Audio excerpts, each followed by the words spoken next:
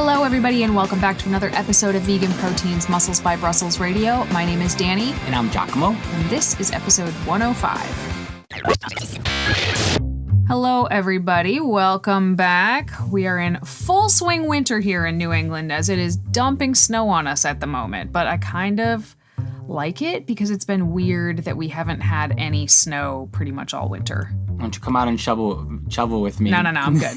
I'm good with that. That's probably why I like it, because I haven't shoveled anything yet. Why don't you come out and snowboard with me? Maybe.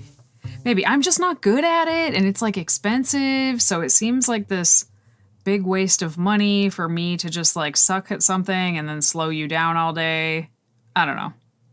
I certainly don't lot of driving. Mind. Well, we have the Bunny Hill right here, about 1.5 miles away. I'm hoping to... That's about my speed. And maybe Daisy will get out. I asked her on her birthday, my niece, I'm like, hey, girl, like, what do you want to do? Like, what's your birthday wish? And she's like, I want to go ice skating and snowboarding. We went ice skating. That was a lot of fun. For the first time, I was actually truly proud of her. Truly proud. Like, don't know how to feel about that sentence, but okay. Well, there's like... pride, and you instill that in your niece, and then there's like blown away, you blew my mind, I cannot believe you just learned how to ice skate inside of 15 minutes. How did you do that? Yep. She's very determined. Yeah, she sure is. When she wants to do something. Last night we were playing hide and seek, and like she would count, and then she'd be like, do you know where Desmond is? And I'm like, Daisy, that's not the game. You have to go look for him. You have to go find him.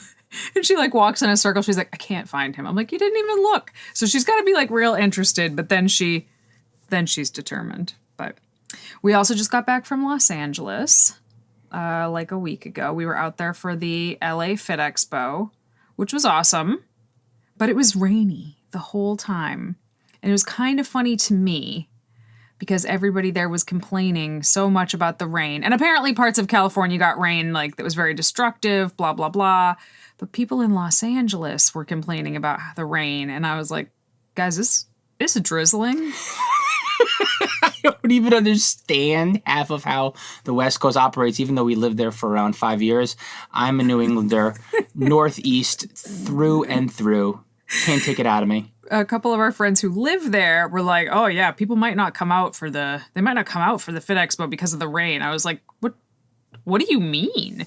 Like, what do you mean they might not come out because of the rain? Because it literally, at worst, it was like a normal rain, but most of the time it was just drizzling. And we had to walk a lot of places because we didn't all fit in the car. And at one point, there was like water running down the side of the road. And Robert was like, look, that's the flooding. And I was like, excuse me? That's the flooding?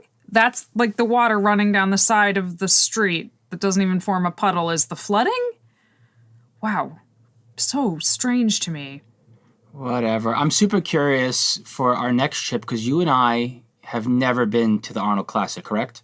No, which is so crazy because of how many times we've been to all of the different fitness expos and the Olympia. It's just for whatever reason, every year when we were supposed to go to the Arnold, something happened and we couldn't go to the Arnold.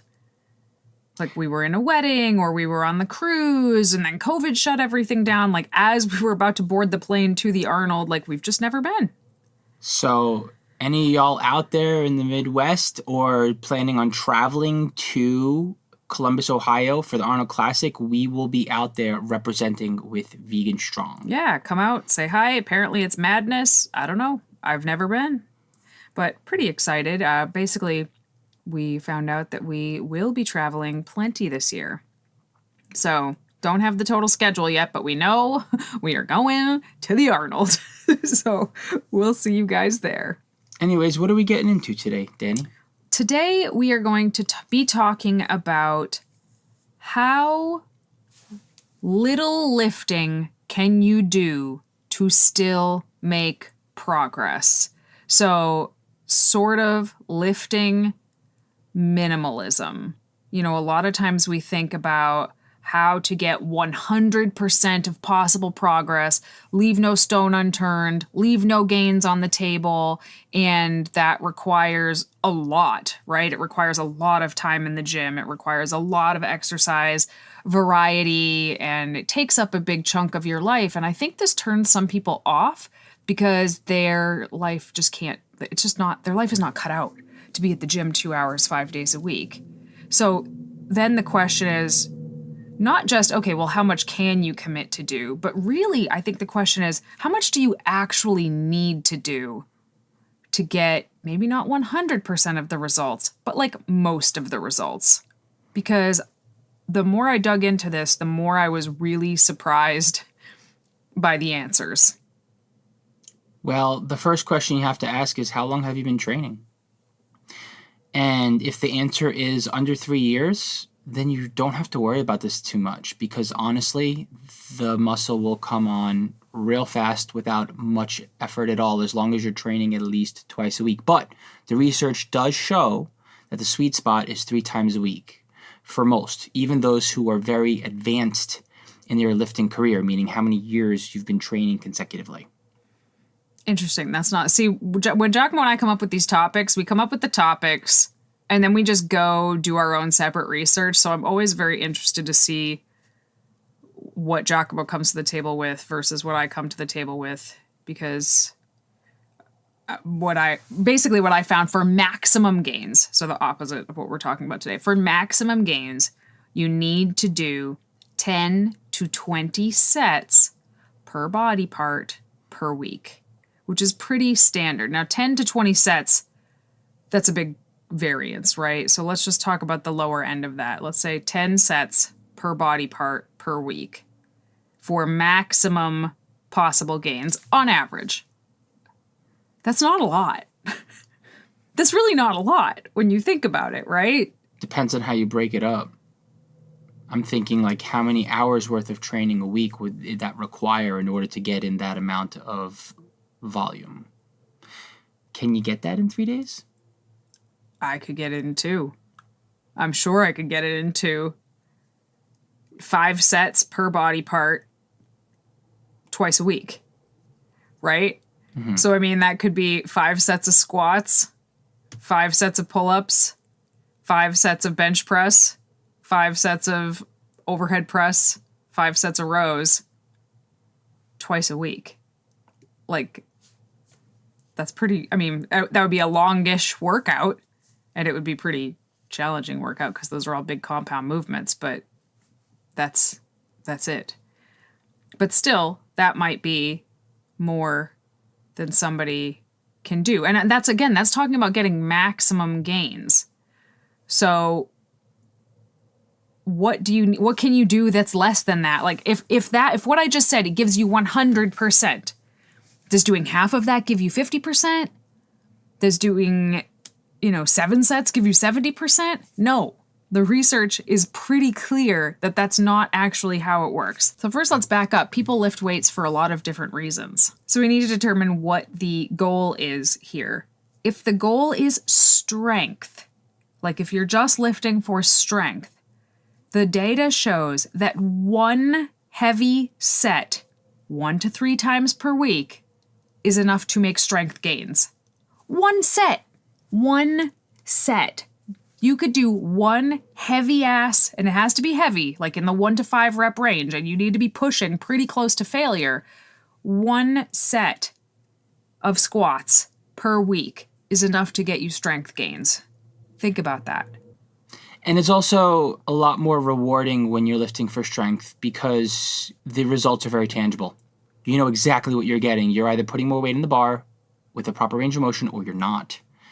Whereas when it comes to physique gains, the waters get a little muddied up no matter how data heavy your research is. You can be less wrong over time. However, things can get a bit skewed when it comes to how much muscle you're putting on and where you're putting on when you're a physique-minded athlete. So this is where it gets interesting to me, because when I think of gains for body composition goals, I think of what someone wants to look like. And it's like, okay, so you've gained as much muscle as you can for where your body has meant to gain muscles in, say, your shoulders, and now it's going to get extremely hard. But have you put on muscle in an area where your body is more likely to put on muscle, like your arms, and you haven't worked that area hard enough? So there's a lot more to it than how much muscle can you gain in as little amount of time spent in the gym training as possible. There's just so many layers here that I like to think about. right? And I don't want to confuse you in conversation or you, the listener, which He knows me. I know, but I'm pretty excited about all the different, I mean, this is where I like to geek out when it comes to physique more so than strength. So I got a lot to say, but I'm curious to know where your head's at. Well, I'm very confused by everything that you just said. I don't understand what you're trying to say here. Okay, here's my thought. When you're lifting and you want your body to look a certain way, right? You're learning what your body's capable of doing. Everybody has different body parts that are going to grow faster and going to grow slower.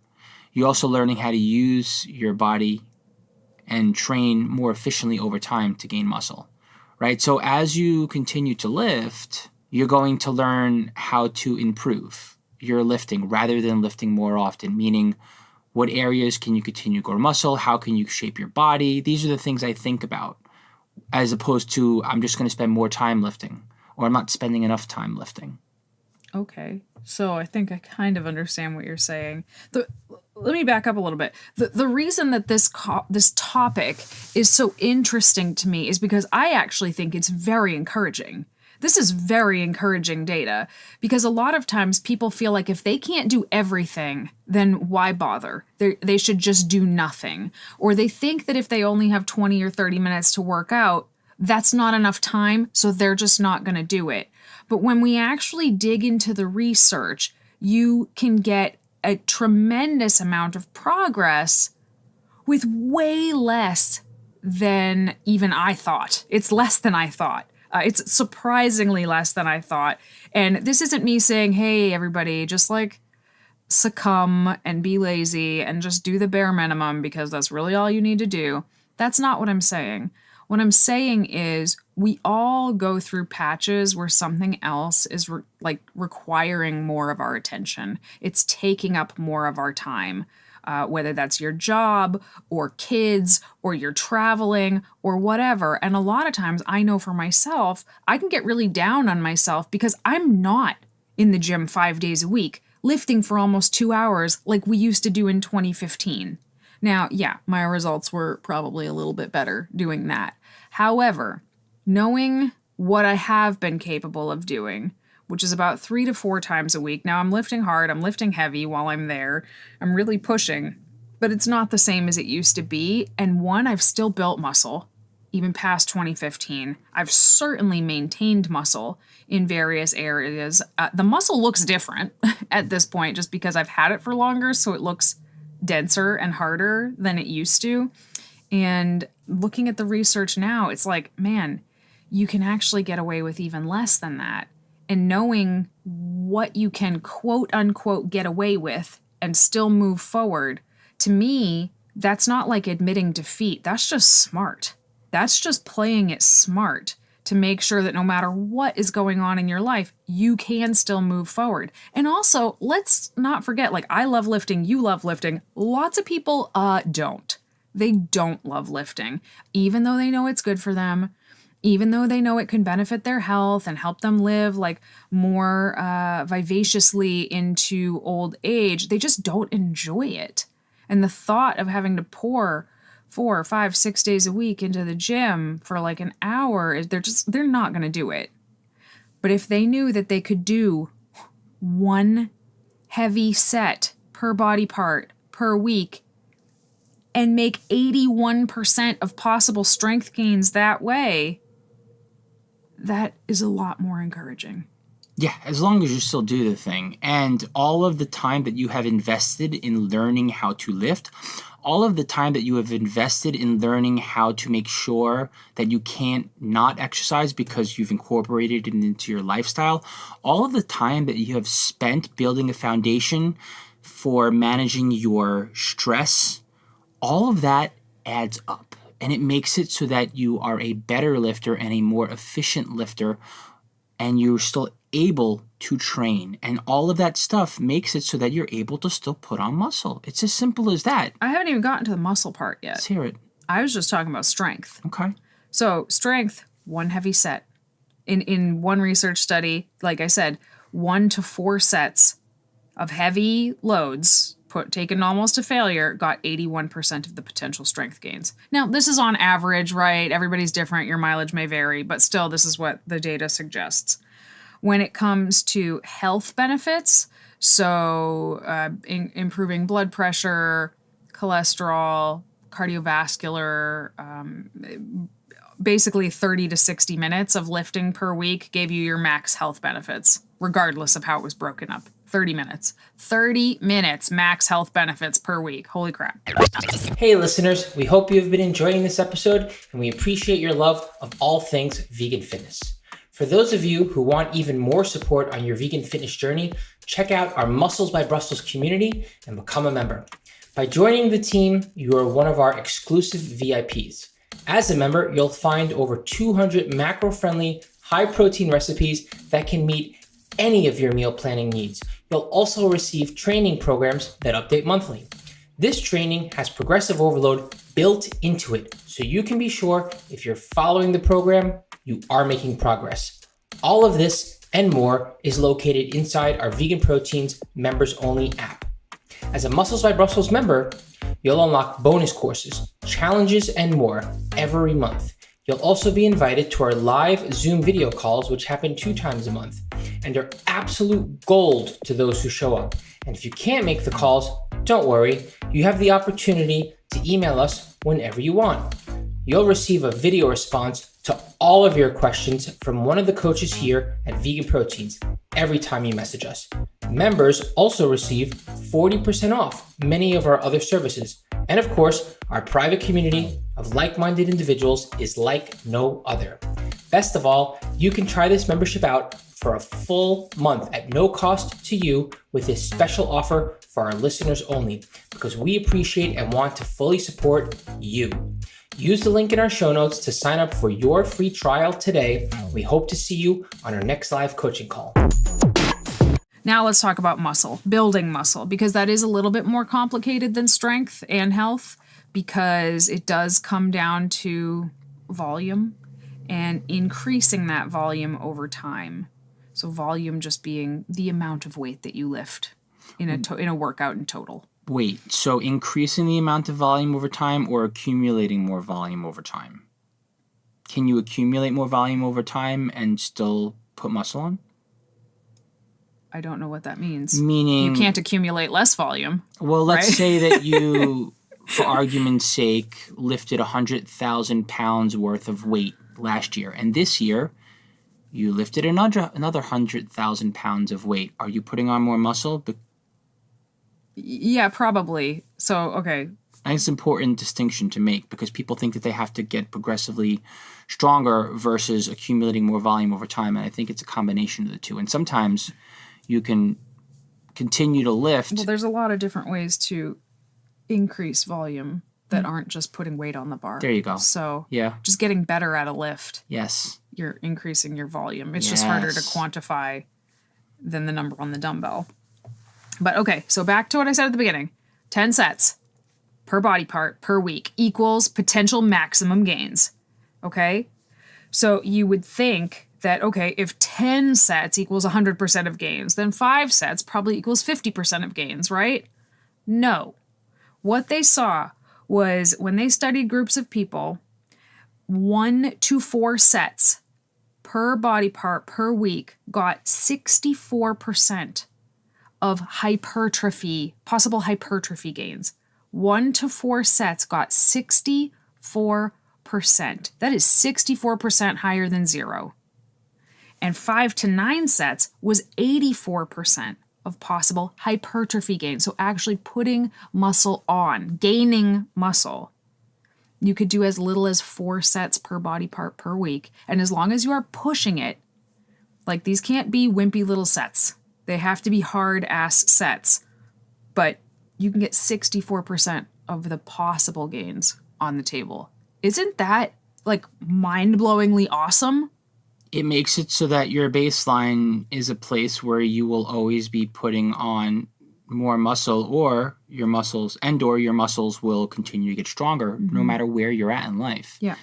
It's motivating is what it is, right? It's so motivating. To me, and I know I've talked about this on the YouTube channel, I've talked about it in my Instagram stories, I've probably talked about it on the podcast, like my life's, the way that I divvy up my time in my day-to-day life has changed so much.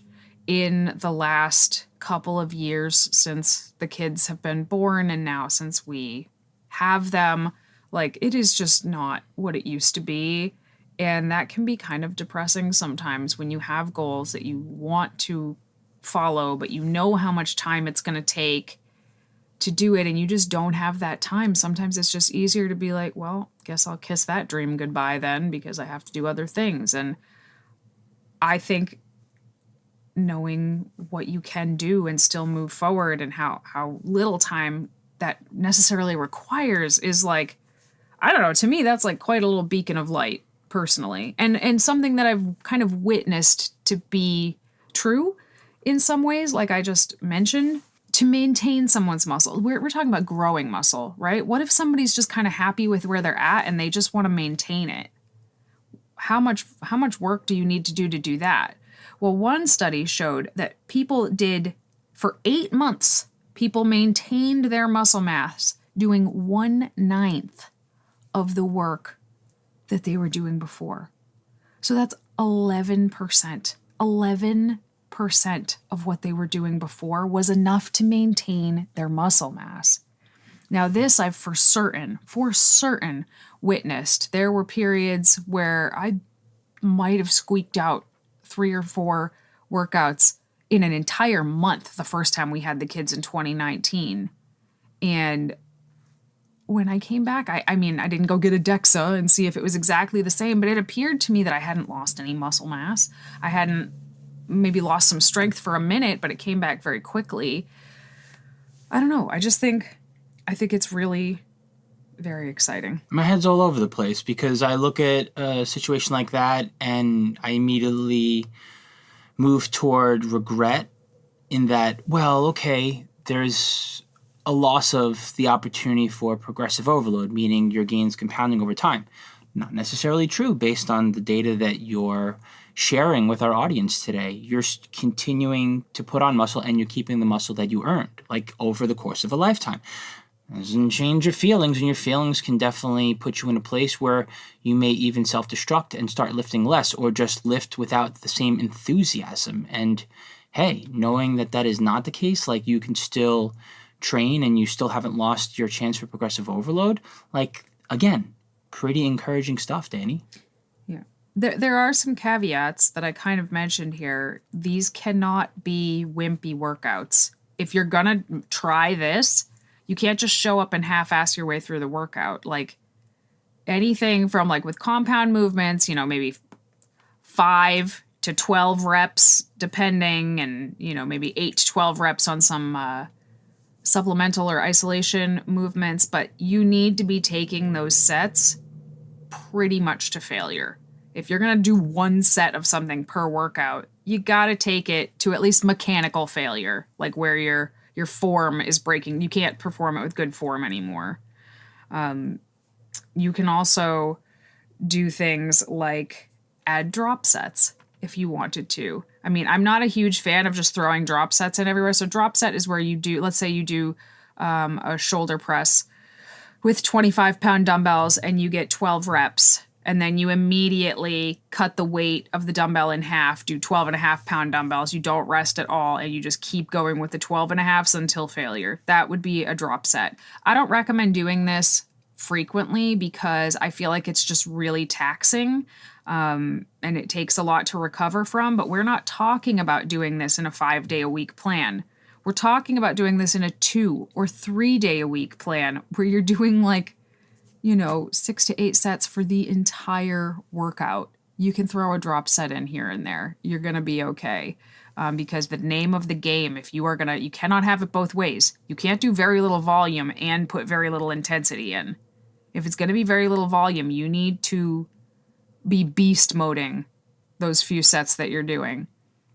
What I start to think about when you discuss all the extra time that you can have schedule-wise, freeing up that time, it reminds me of the argument that I have with my clients and with training philosophy in general, with whomever wants to discuss with me. It's like, even if you had all that time to train, have you covered all of your bases in every other arena of your life to make it so that you're getting the most out of the time that you do spend training? Oh, ooh la la. That is our next podcast.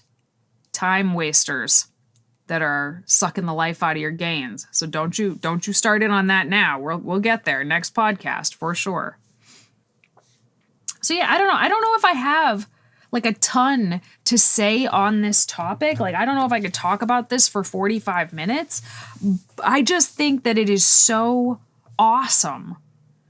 Like, this research to me was like a breath of fresh air and did in many ways reflect my own personal experiences. But this whole time I just kept thinking like, oh, guess I just got lucky, but it turns out that they've studied this and, maybe my experience was more standard. Again, other people's mileage may vary here. You might require more. And the more experienced you are, you might need to continue to kick it up a little bit. But the takeaway here is don't do nothing.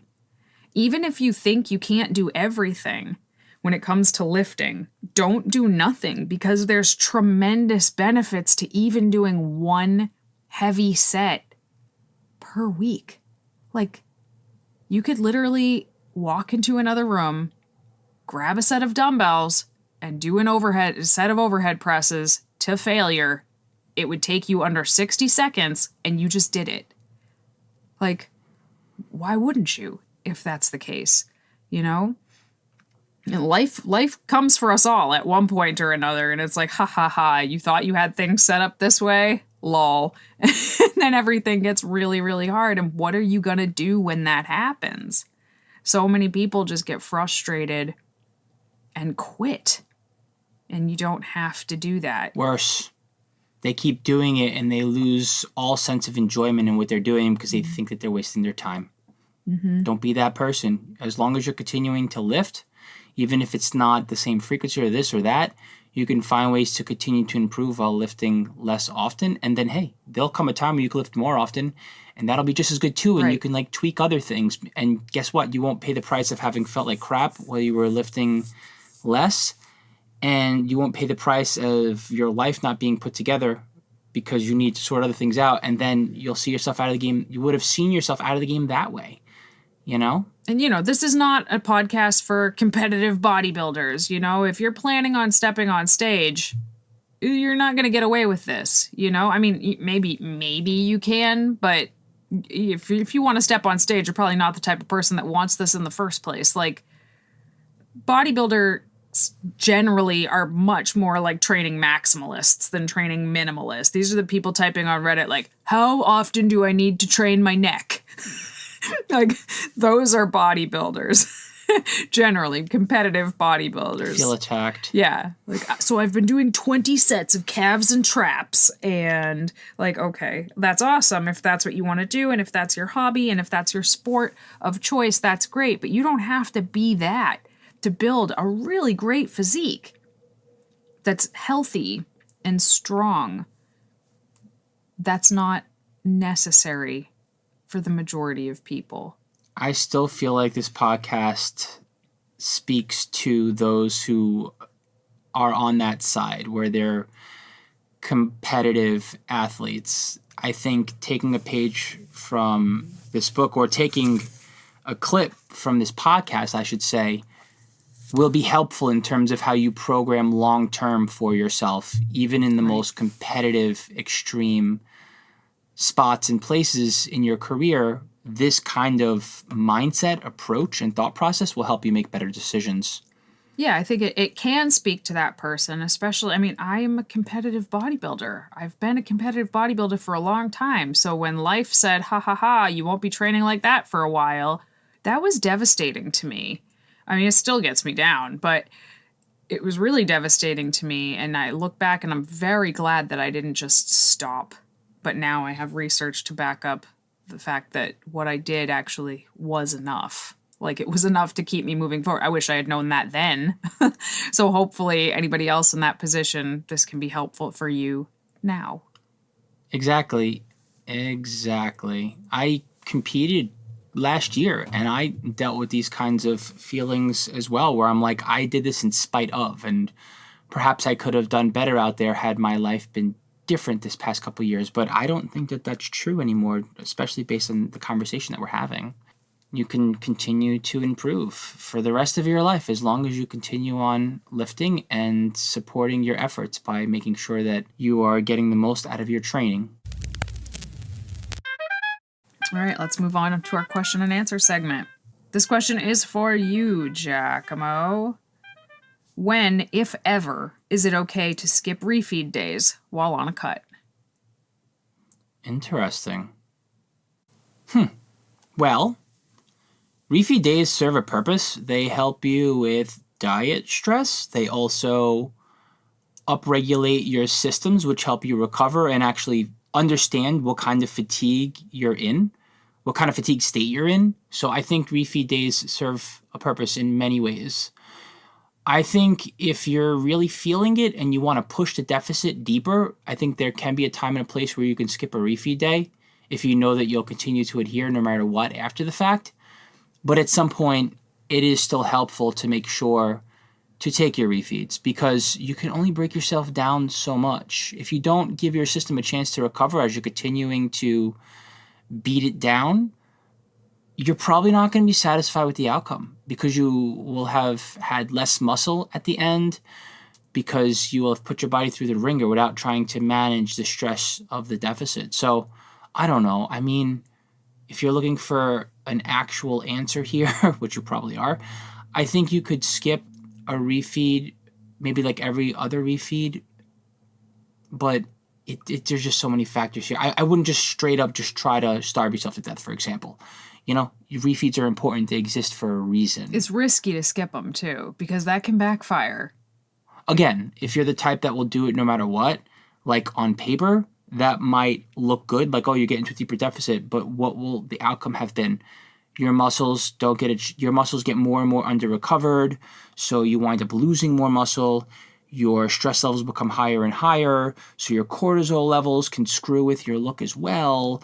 Your workouts themselves suffer. You suffer. Like, take the refeeds. Maybe skip one here and there, but don't make that a habit.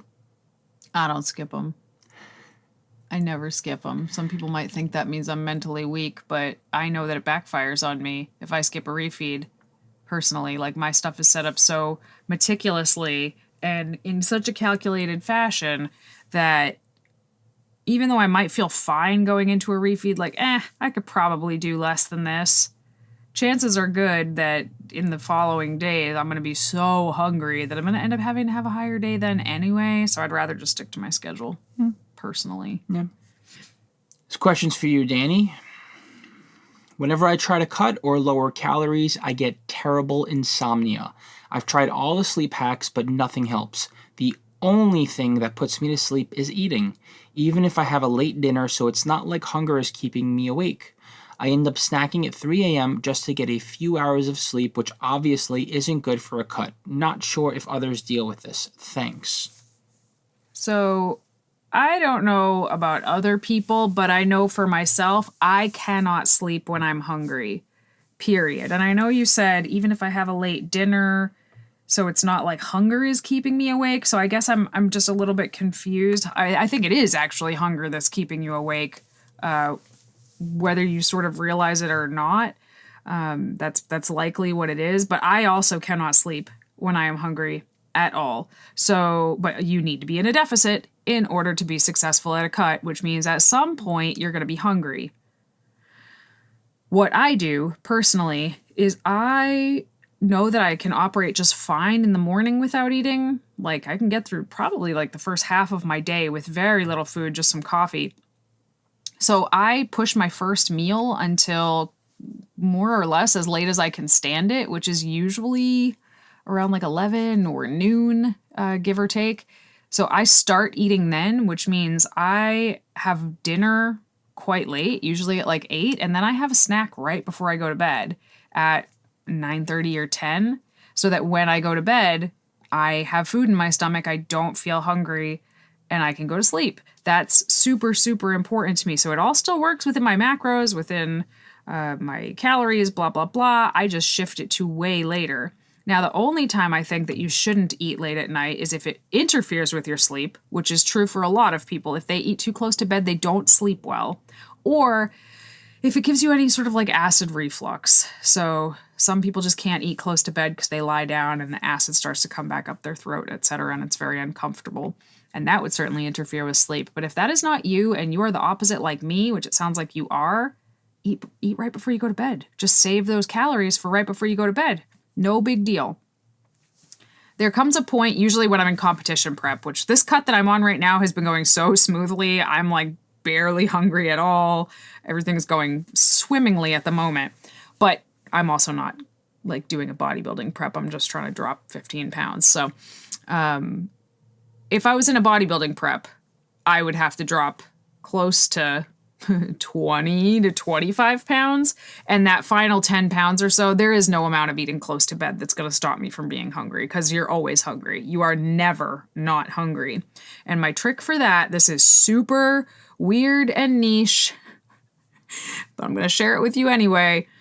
If I can't sleep, like I'm trying to go to sleep and I can't because my stomach is just talking to me the whole time, I get up, I go to the kitchen, and I have a couple of dill pickle spears and like a cup of unsweetened almond milk. And for whatever reason, the combination of those two things, like all the sodium in those pickles compared with the hydration from the almond milk, I mean, I don't drink them at the same time I eat the pickles, then I drink the milk. And it's just enough to tide me over so that I can fall asleep. But that is extreme prep situation. That's my little hack that I'm sure a lot of people think is really weird and kind of disordered, but guess what? Bodybuilding competitions are kind of disordered, so that's what they are. Finding something that is non-food focused that's going to give you a little hit of dopamine before you go to bed. Having a little nightcap that's something small, like Danny said, that's not going to change the course of your deficit. Like for her, it's pickles. Well, that's super deep in prep. Right now, my snack before bed is like 350 calories. Macro topper. It's not a snack. It's a small meal that I eat within 30 minutes before I go to sleep. Yeah, saving something small for the end that works. Or just even like a little treat, like a seltzer water or whatever. Like just something that just is like, I'm satisfied, I'm happy. That wouldn't cut it for me. But I, like this person, I really cannot sleep when I am hungry. I will get up and go to the kitchen and eat something because I can't sleep when I'm hungry. So those are my tips if you're like that. Experiment. All right, everybody, thanks so much for tuning in to another episode of Vegan Proteins, Muscles by Brussels Radio. Please stay in touch with us on socials at Vegan Proteins, at Muscles by Brussels. Go to our website, hit the contact button, or submit a coaching application. You'll get a video response from one of us. We're here to support. We have lots of community, and we want you to be a part of it, like our Muscles by Brussels membership. Consider signing up for that, too. Once again, my name is 𝐬𝐿𝐫𝐿. And I'm Danny. And we'll talk to you soon.